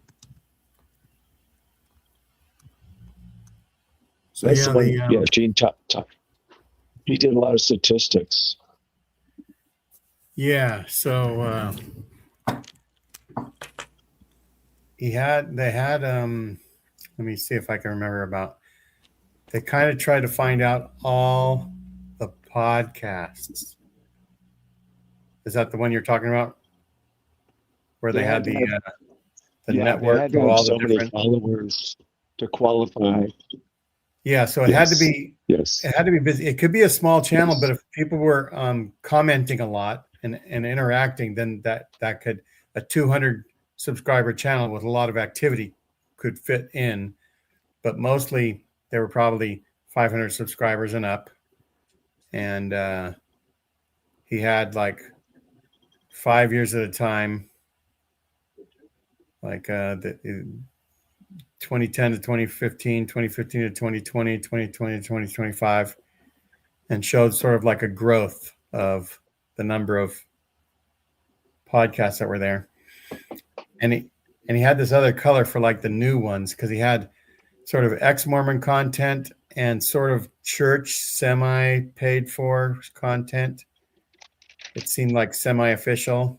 And then there was a whole bunch of positive church content that wasn't connected to the church, like Midnight Mormons or other things like that. And that was just a big growth. And but anyway, so after the show, and he talked about the different stages, and I want to get him on my show, but he said that his paper's not all the way done, and he doesn't want to. It's going through peer review, and it's going to get better. So he wants to go on once it's fixed, once the peer reviewers give their critiques. But I just walked up to him and I said, "So how many podcasters do you think were watching you here?" Because there are about maybe 40 to 60 people in the audience. Not a lot of people. They're mostly just people off the street coming to Sunstone to listen to something. And he said, "Well, you are." So he recognized me, which is interesting, because I sort of was wondering about it. And so then he said, well, Latter Daily Digest is kind of like part Exmo, part this other new group. So it's kind of hard to figure it out. And I told him that, when I interview people, it's more about their creative journey. It's not about their whether I believe what they believe or not. And I synopsize that by saying, if somebody said, God told me to start a podcast, I don't say, what drugs were you taking? I say, what did God tell you? And so he appreciated that. Yeah. It was good. It was very informative. And then there was trivia at Gal Gardens after dinner. That was fun. Oh. And different. Yeah. Yeah. Hey, Gene, can you take the highlight off the screen? I thought I just did, but there you go. Thank you. I'm all fingers. And then Saturday. Yeah, we were late to the That's what to she the said. we were late to the to the trivia, whatever, and DG, Yeah. myself, and Ember, we didn't stay. It was just so incredibly Yeah, hot, and and yes, there it was was no very air. hot. There was no air circulation, and typical Mormons, they scheduled the wrong thing at the wrong place at the wrong time. Yeah, But exactly. like typical Mormons, they sit through the struggle session, so everyone was packed in really tight underneath that little shed. The hottest, the highest temperature portion of the garden. I told Alex that they were trying to simulate the true pioneer spirit, all the hardship that they went through, and you have to embrace it. Yeah, I spoke with Monica, who was one of the moderators at the trivia, and I said, "Why wasn't this in the main hall where we had all the events? I mean, you're paying for the space, even because the vendors' tables are there; they're not taken down, so you're technically it's in your contract to pay for the space. Why not just host the trivia there? I mean, the air conditioning inside the student union was crummy as hell, but at least it was on most of the time." It was on. She said, And It noted. was there. yeah, she said, "Yeah, we talked about this or that," and I think somebody put a lot of pressure on the scheduled people to, do something unique, without considering that more than 2/3 of the people that were there were not from Utah. They're not used to the weather. So, and it was 107 degrees that day in the shade. So, I mean, it was still in the 90s by the time trivia started. And I walked over to talk to Ganesh, and he was just standing there awkwardly because I could tell he was sweating down his back. He was trying to be polite to everybody. He offered me a drink. He was very nice. Then I sort of wormed my way around the crowd, and everyone was just upset that I said hello. And I thought, well, maybe they're mad at me, but no, they're all frustrated because it was so fucking hot. Bryce was sweating Definitely. down his bald spot. I mean, sorry, Bryce, I don't mean to make fun of you, but I could see the sweat was beaded up pretty thick. Down his what? Bald spot. Oh, Randy, you have the worst mind. I misheard that. Yes, you I thought did. you said he was Yes, sweating of down course. his balls. Indeed. Yes, bald spot. I have to hit my plosives for you to hear it correctly. Let's see. Ron Jorgensen had his tie. No, he had his cravat and his jacket on. I could tell he was sweating like crazy. And so was everyone else. I mean, these were not the only people who were suffering in that space. And Ember and DG and I were there for maybe 5 minutes, and we were out. Because and Gene, you wandered off at one point, I think. Yeah. Yeah, you were talking to the missus. Yes. On your phone. I was just pretending to get a call so I could walk around in the cool air. Yeah. Oh, and poor Ganesh, man. Just trying to. I think he was there with people. He just didn't want to pressure anyone to take him home. Sure. Because, it was probably like 47 degrees in New Zealand that day. And I'm just, he's been in America for maybe 5 or 6 days, but I'm just saying it's winter down there. Yeah. And So he goes to Australia all the time. He's familiar with the heat. But the thing about Australia is there's no geography to slow down the wind. So the air is constantly moving. That's why people live there. They're reasonably comfortable in Australia because the airflow is great. I think the people who run Sunstone just wanted you to see the Joseph Smith Sphinx. Well, if I were to rate this sculpture garden on TripAdvisor, I would definitely give it 1 star. Yeah, it's pretty underwhelming. You'd give it 2 stars on a cool day, though. If most of the monuments were covered in snow, I may give it 2 stars. Yes, because I'd be unable to see how hideous they were. And it's a cool idea to put Joey's face on a Sphinx. Yeah, that's great, but I mean, you got to be a good artist to do that. But bully for whoever put their name on that sculpture. I mean, you do you, boo. You do you. Yeah. So we barely started. So got this show started. Uh-oh. I'm about to close the show. We can talk more afterwards, but go ahead, Tim. No. So Saturday morning, Trace Rogers talked about this Yes, that was a very good one too. James B. Allen. For the Latter-day Saints. This is a first edition. That was and I knew Jim. Never took any classes from him, but I knew him. And then I went at 10 o'clock, 10:30, the Mapping the Evolution of Plural Marriage. It was Mike Marquardt, Claire Burris, and the other guy. I can't remember his name. Stephen Fleming. Anyway, and that was good. It was good. Then, geez, just keep doing this. How you doing, Randy? You're muted, buddy. Yeah, I'm doing some behind the scenes work on this show Oh, yeah. that we have to do. Oh yeah. Yeah, You- changing up a few things. Are you jelly that you didn't go to Sunstone to have fun with us?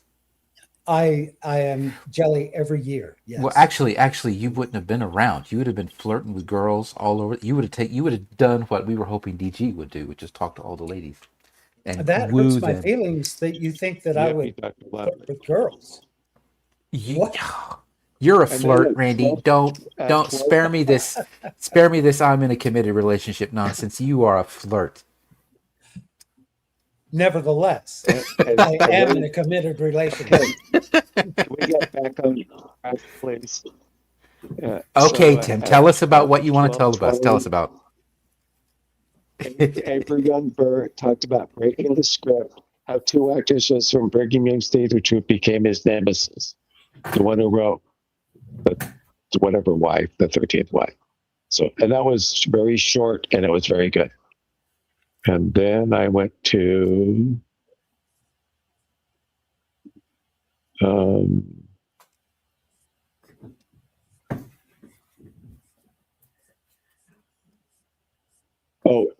our thing was then at 2:30.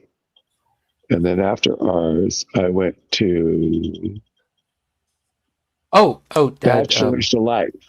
I forget what's the guy's name. Blind, Dave, Dan. We get Dan. mixed up.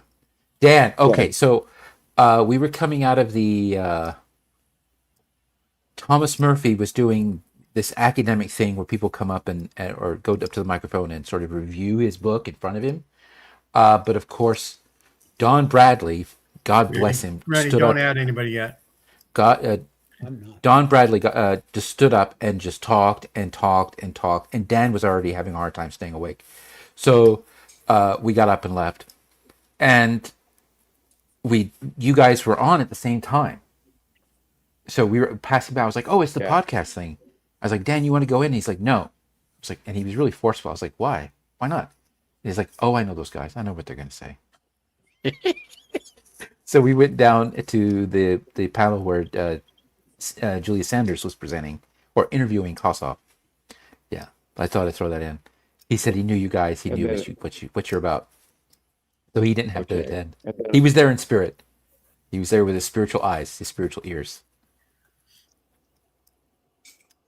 And then I went to Bachelor's Delight, hallucinogenics, aphrodisiacs, self-afforks, abortifacients, and STA treatment in Nauvoo polygamy. Two guys spoke, and it was very fascinating. They showed that well, the main thing is we need to really rethink Nauvoo polygamy because there's a couple of sources that talk about babies floating down the Mississippi River from Nauvoo. And there was a lot of birth control going on because they knew how to do it. And there were a lot of abortions because there were Thomasonian medicine doctors and knew what they were doing. And I wanted to ask them a question about the Thomasonian doctor that I was familiar with in Nauvoo. It wasn't Frederick Williams, it was somebody else. But I couldn't remember their name, but I was going to ask them who the other one was. But it was so good. There was no time for Q&A, but it was very, very revealing. Yeah, that was Bryce. That was Bryce Blankenagel. He was one of the individuals that I wanted to meet, and I was going to attend that one, but I was being interviewed by Monica along with Ember. So I was really curious what they brought up. If there was anything new, because they've presented that before, because they wrote a few papers before. Yeah. There was a lot new. There was a lot new. Yeah. Yeah. There was a lot that they've since found. And then I think, is that it? Oh, and I went to go Young and Wakara at war. We talked about the love-hate relationship between Brigham Young and Makara, and it was very good. I enjoyed it. And then I think is that it? The closing. Oh, the lunch one was the guy that owns Skinwalker Ranch. Oh, I wanted to talk about Brandon that. Fogel. He brought his 1837 Book of Mormon. He brought Frederick G. Williams' Masonic Almanac, and there was a third thing he brought. I can't remember what it was, but he talked about those things, which was very, very good. And then, did you believe all of his claims about Skinwalker Ranch, Tim? He said he saw a I'm UFO. skeptical about Skinwalker Ranch. I'm skeptical. I'm about going to be really Skinwalker. honest about his gig. First of all, he showed us 15 minutes worth of videos about himself. Yeah. Right. And the majority of what he spoke on was just him masturbating on stage. And I hate to say shit like that, but that's exactly what it was like. And then I heard Lindsay bring up the fact that next year was going to be about alternative ideas like Ancient Aliens. And I'm like, oh my God, Yes, are you serious? was. And I walked up to Grace Poole after that to say, is next year going to be nothing but guys like this? And she's like, well, talk to so-and-so. And she pointed me to someone else who I'd never met. Maybe he's going to donate money. So Maybe. That's what it is. That's what it is. But if Maybe they're he giving already him, has. if they're giving him the theme as a make good for a donation, that's pretty bad business.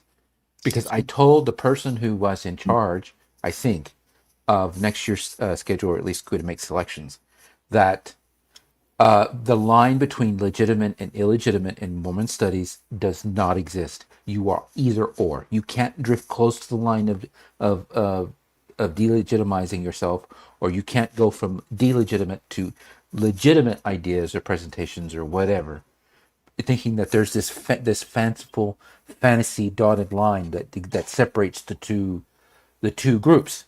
You're either illegitimate or delegitimate, or you have a legitimate, historically based, evidentiary based presentation. Otherwise, you're in the realm of fiction. And when you present, you have to say it's fiction. I'm simply, engaging in this idea, and I want my peers to give me feedback. You have to be very open and honest about that. But if there's going to be nothing but guys like Fogel, not Vogel, V-O-G, Fogel, F-O-G, need to make that clear. Because Dan Vogel is a pretty swell guy. Brandon, not Dan. Yes, there you go. Dan is a great guy. So maybe next year, Randy could donate some money and present his book, Feeling Empty, and he could do a presentation. That way he could get out of the family vacation. I could do something on grief. Yeah, that would be do something on grief. Yeah, that would be interesting. Yeah, but you're going to have to add Ancient Aliens. You're not going to be put on the damn schedule. Listen, yes, it could be even aliens grieve the loss of their loved ones. I hope that gets around that next year's Sunstone is nothing but Ancient Aliens, just so that. So you're saying it's going to be all about Tim? You need to start pushing that down. Alex. No, I'm not going to be on that bandwagon. I want to see Ancient Aliens next year. And then after that, I went to go see Ronald's Little Factory after dinner. Oh yeah. And Alex was there, but you left. Yeah, I couldn't stay awake. I was on the edge, and it didn't help that I had 2 beers before we finally got into the theater to watch the damn show. I had been there in the heat. Speaking of crummy air conditioner, that was the second place I went to eat that didn't have functional air conditioner. It was 102 when we got there, and the sun had already gone down. And then I made the mistake of drinking 2 pints. And then it's like, oh, we're ready. And finally we go into the theater, and it's all the air's blowing you. It's very heavy it's movie theater air conditioning in a desert.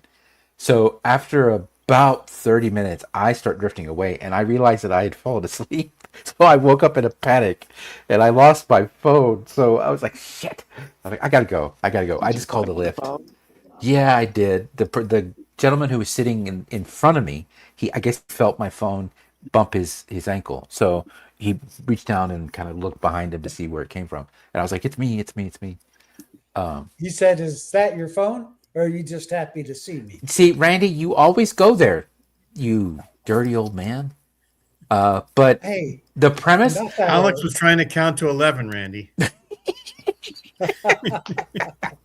Exactly. the premise was really cool. I mean, it's a low budget, Yeah, self-funded horror film. it's cute. It's funny and it's But cute.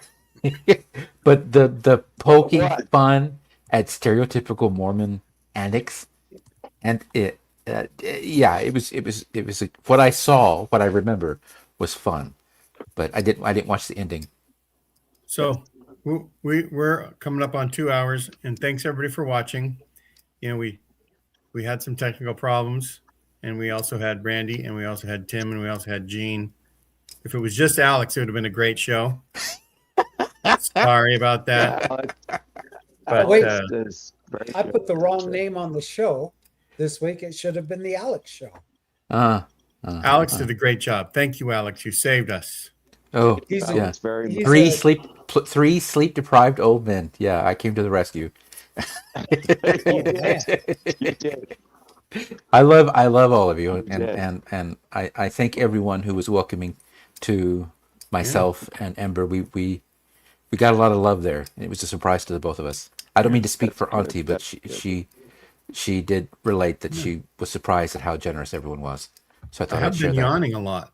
So You were yawning during the weekend. So yeah, I yawn all the time. I yawn what I yawn. All right. Thanks everybody for watching. Bye-bye.